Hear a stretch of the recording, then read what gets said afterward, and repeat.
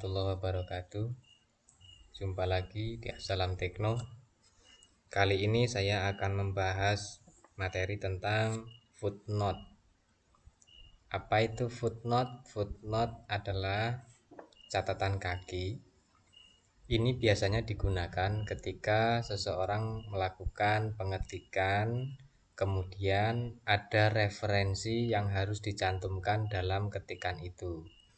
Biasanya itu berupa literasi, dari mana dia mendapatkan teori atau istilah yang ada.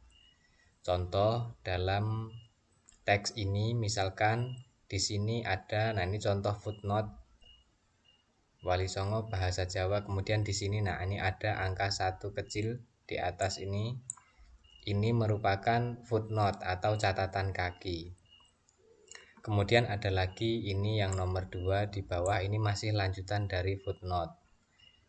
Seperti apa itu posisi footnote? Footnote ada di bawah halaman. Nah, ini contohnya. Bagaimana cara membuatnya? Nah, itu bisa kita lakukan. Yang pertama, kita masih dari menu home. Nah, kemudian kita pilih dulu menu reference. Dari menu reference ini, kemudian kita letakkan di mana kita akan memberi tanda footnote itu, mana yang perlu dikasih footnote. Misal seperti ini. Nah, ini saya sudah membuat duplikasi dokumen di dokumen 1 yang tidak ada tandanya. Kita lihat di bagian aksara Jawa ini ada tanda. Isinya dari footnote itu, di sini ada bahasa Jawa, aksara Jawa. Oke. Kita kembali ke dokumen 1. Nah, langkahnya kita letakkan dulu kursor di bagian yang akan kita berikan catatan. Kemudian kita pilih menu reference, kemudian pilih insert footnote. Sudah. Nah, ini kursor akan secara otomatis diarahkan ke bawah halaman. Nah, di situ langsung saja kita ketik apa catatan untuk yang kita kasih tanda itu. Misalkan tadi bahasa Jawa, aksara Jawa.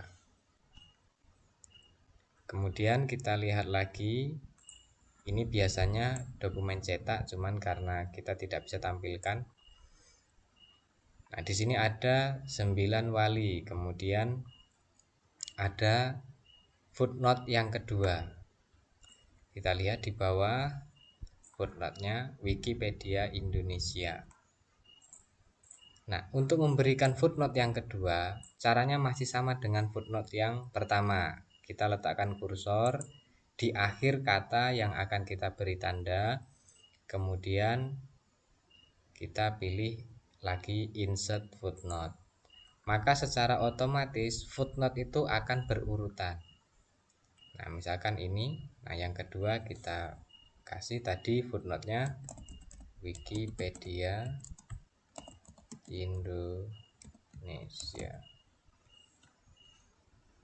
Nah, ini catatan kaki.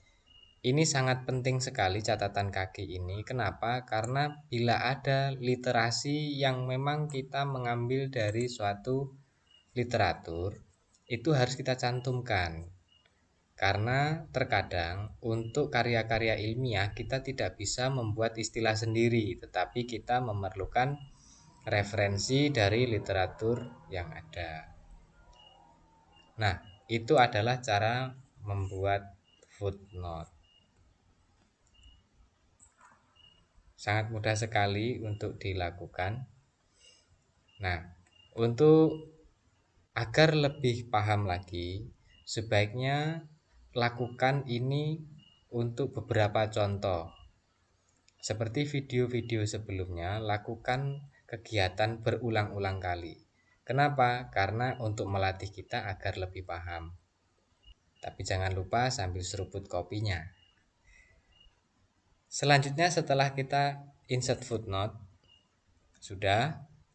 Nah, ini saya akan memberikan tambahan tentang bagaimana cara kita membuat huruf kapital dalam satu kalimat. Jadi dalam setiap kata di dalam satu kalimat ini misalnya kita harus membuat semuanya hurufnya kapital semua dan ketika terlanjur seperti ini.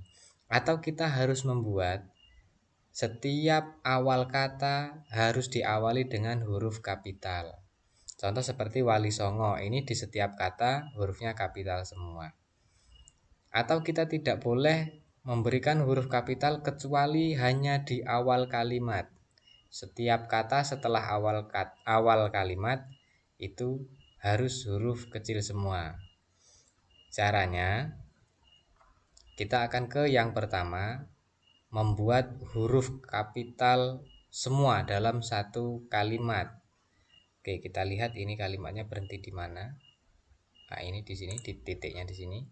Kita blok dulu sampai mana yang akan kita buat. Kemudian dari menu home ada pilihan di samping ukuran huruf font size. Nah, ini ada cengkes namanya. Kita klik. Nah, di sini ada sentence case, ada lower case, ada upper case, ada capitalis H word, kemudian ada toggle case. Nah, untuk membuat huruf besar semua itu kita gunakan upper case. Hasilnya akan seperti ini.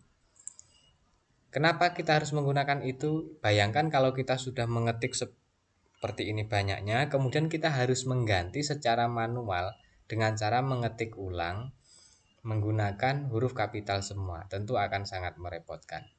Nah, ini cara otomatis yang dapat kita lakukan. Oke, kita ulangi lagi. Ini tadi uppercase namanya. Kita ulangi lagi di kalimat berikutnya. Ini kalimatnya sampai titik ini. Nah, kemudian kita pilih masih dari tab menu home, kita pilih cengkes, kemudian kita pilih uppercase. Nah, ini seperti ini hasilnya. Kemudian yang kedua, ini misalkan pada kalimat di alinea kedua, kalimat pertama di alinea kedua ini akan kita buat hurufnya besar hanya di awal kalimat saja. Kita blok, kemudian kita pilih cengkes, kita pilih sentence case. Ini hurufnya hanya awal kalimat yang merupakan huruf kapital, sementara di huruf ini di wali dan songo, 9 dan wali ini merupakan huruf kapital yang dia memang defaultnya seperti itu. Oke. Selanjutnya kita akan membuat di kalimat yang ini akan kita buat huruf kapital di setiap awal kata. Caranya sama, kita blok, kemudian kita pilih cengkes, kemudian kita pilih kapitalis H word. Hasilnya akan seperti ini. Di setiap kata ini adalah huruf kapital. Kita ulangi sekali lagi di kalimat di bawahnya. Kita blok, kemudian kita pilih cengkes, kemudian kapitalis H word. Semuanya adalah huruf kapital di setiap awal kata. Berikutnya kita akan buat huruf kecil semua. Caranya sama, tetap kita menggunakan blok, kemudian kita pilih cengkes, kemudian kita pilih lower case. Semua akan menjadi huruf kecil. Nah, ini ketika kita setting bahasa di bawah ini adalah Indonesia. Sebetulnya ini merupakan satu koreksi ketika ada garis merah di bawah ini. Ini ketika dicetak tidak akan terlihat, tetapi di saat masih berupa file seperti ini akan terlihat. Kenapa? Ini satu bentuk koreksi sebetulnya, koreksi otomatis dari Microsoft Office Word itu. Kenapa? Karena seharusnya ini adalah huruf kapital. ini juga sebetulnya harus huruf kapital. Karena kita paksakan huruf kecil semua, maka dia akan ada tanda merah seperti ini sebagai bentuk koreksi. Ini adalah cara untuk memilih bagaimana kita melakukan koreksi otomatis dengan membuat huruf besar semua, atau huruf besar di setiap awal kata, atau huruf besar di awal kalimat, atau huruf kecil semua dalam satu paragraf, atau bisa juga dalam satu dokumen. Ini silahkan diulang-ulang kembali agar lebih paham, dan semoga betul-betul bisa dipahami sehingga kita tidak menemukan kesulitan ketika kita melakukan pengetikan, apalagi dalam jumlah file yang cukup banyak. Terima kasih, sampai jumpa pada video selanjutnya. Wassalamualaikum warahmatullahi wabarakatuh.